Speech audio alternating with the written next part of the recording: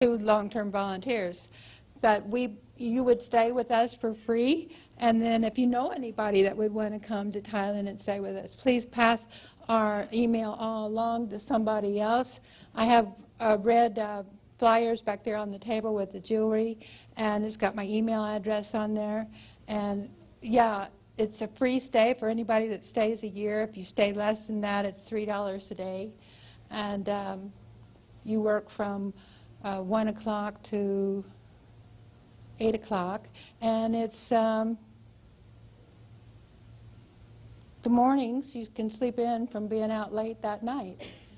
And you fix your own meals. My volunteers have told me down through the years that it costs about $200 a month for transportation, food, and their needs. That's not counting souvenirs or whatever at the night market.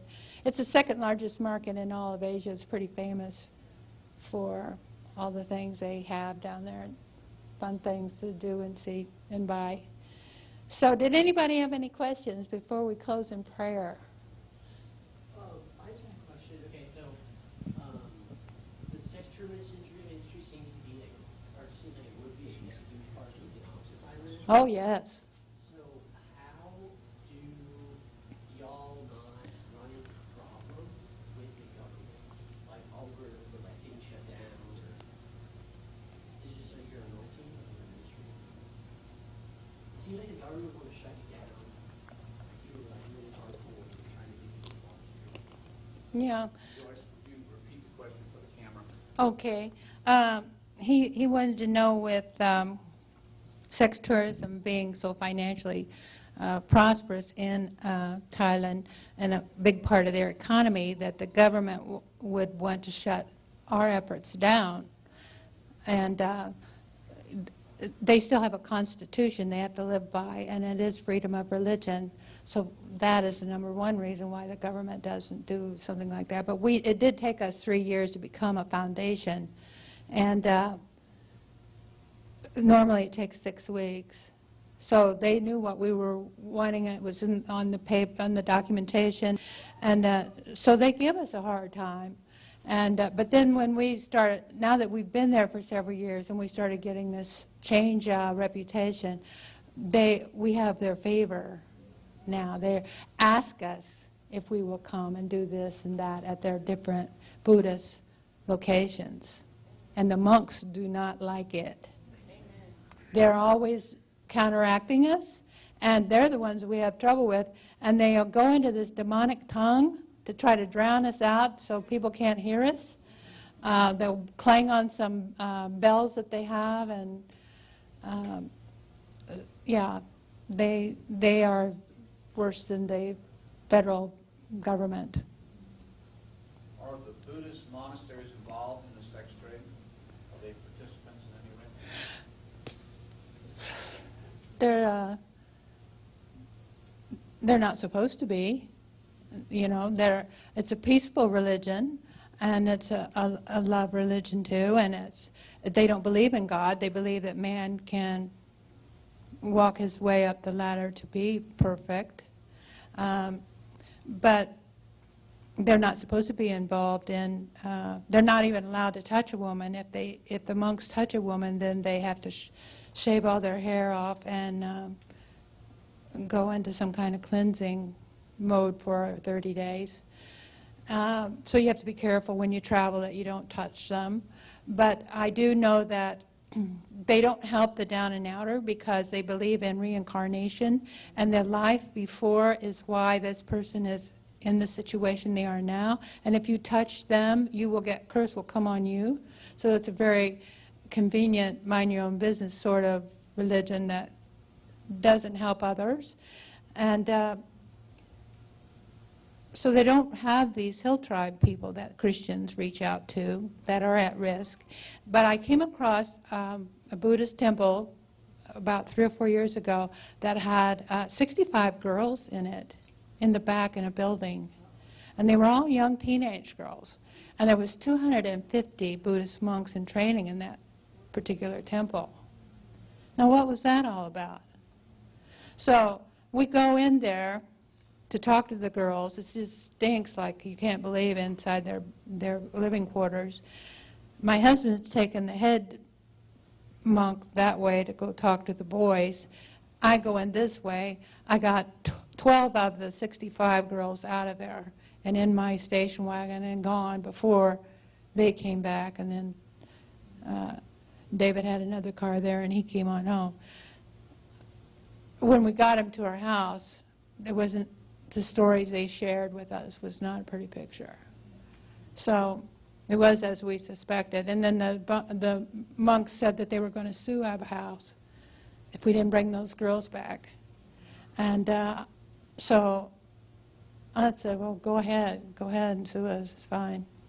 And they never did. We never heard from them again. But 2 of our girls was missing. They were supposed to come home from school one day, and they didn't. So they found those 2 girls in particular and took them back to the temple. We found that out later from other people. But that's a very unusual situation. I don't think that is the case everywhere.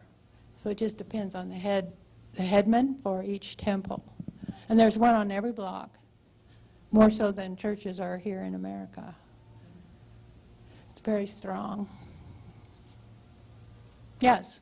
How hard is it to get a visa to go there, and what kind of visa do you get? Well, because you're Americans, you can almost travel anywhere in the world and get a 30-day visitor's visa. If you come for longer than that, you have to get a hold of me, and I type up a letter and send you an application form for a 90-day visa where you can stay, and that's renewable. If you want to stay for 1 year or longer, we have what's called a work permit visa, and because we are a foundation, we're allowed to give out 20 of those a year. We're only using 3 right now. And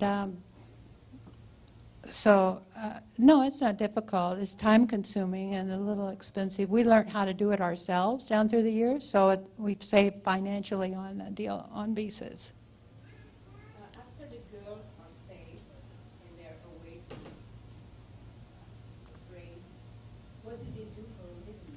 How do they earn money? That is the biggest problem. That is the biggest problem.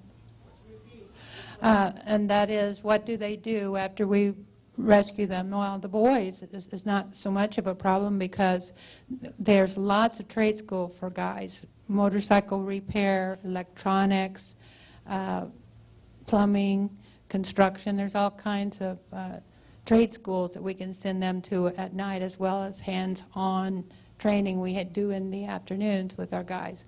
Because half the day is the Bible study. So we just have to keep them busy for a half a day doing other things. And they help build these homes. We get them to a certain stage, and then they can take over. The girls is different.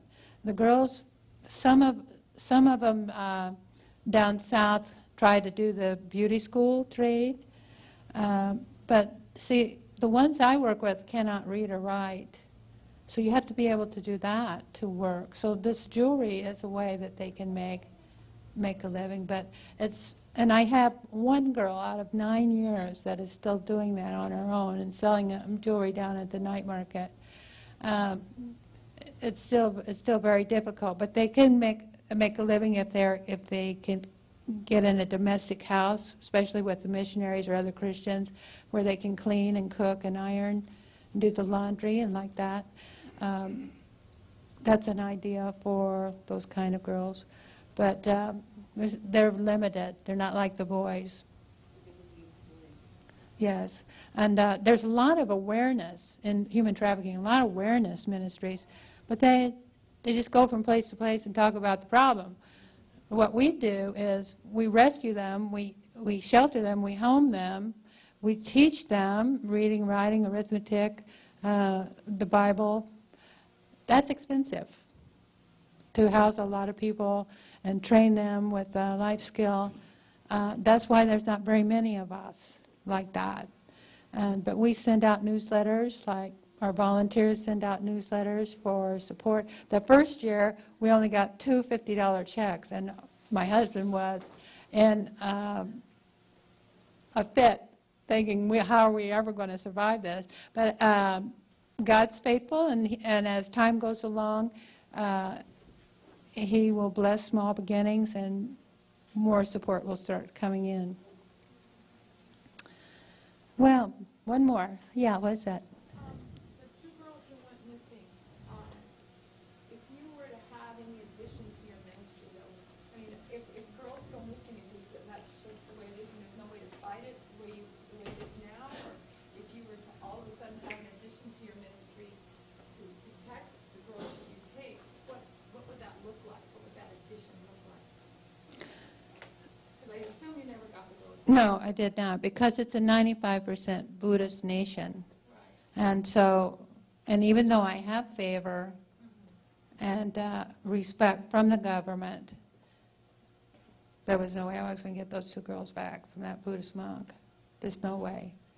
And you just have to realize your limits. Now, I could by faith say that I could, and then just wait for the Holy Spirit to do it. I believe in miracles, but that's what it would take. It's just an absolute, literal miracle to, and even to rescue girls out of brothels is not, IJM is not there anymore. They got kicked out of the nation. So there is some, now they do have an office of a skeleton crew that answers the phone. So they're not totally out of the nation. Somebody will answer the phone if you call them down there, but they have no ministry at all. Who's that organization? International Justice Mission. It's, Christian lawyers all around the world. And they're very effective. They're an excellent Christian organization, but they've been removed from Thailand. It's not like you could call somebody and get a warrant, go in and get the girls, or go in without a warrant and see what happens. I have lawyers. I've got one guy on staff going to law school right now just to be an Abba House lawyer. I have sent people who have, one of my girls' mother and father and sister was murdered. And I found out about it. That was 12 years ago. That's why she was orphaned. I found out who did it. I went to the police and got an arrest warrant. I got him arrested. We had a trial. He was found guilty. He is in prison now for life in Bangkok. So I do pursue legal avenues, and I do want justice for all these people, but I do understand my limitations. And when girls go missing, there's 2 million people in my city. There's no way I can find them. There's no way that the corrupt police department is going to help me find them. We have 2, maybe 3 Christians on that police department that help us. We had a boy who was, his name's Law, he's 8 years old. He's kind of our new guy. His mother's a working prostitute. Her pimp boyfriend was selling him to pedophiles. When she found out Law had been raped twice, she brought him to me, signed over adoption papers. Before she brought him to me, she went to a Christian police that was on that beat. And so we do have Christian police that are helping us, but there's only like 3 of them. So it's just a Buddhist nation. You do what you can. Yes? How do you get the girls out of the brothel situation? You don't, except the HIV will bring them out. But IJM was able, and maybe one other ministry that's not there anymore either, was able to have raids. They went in with hidden cameras. They got the evidence they needed that children were being used.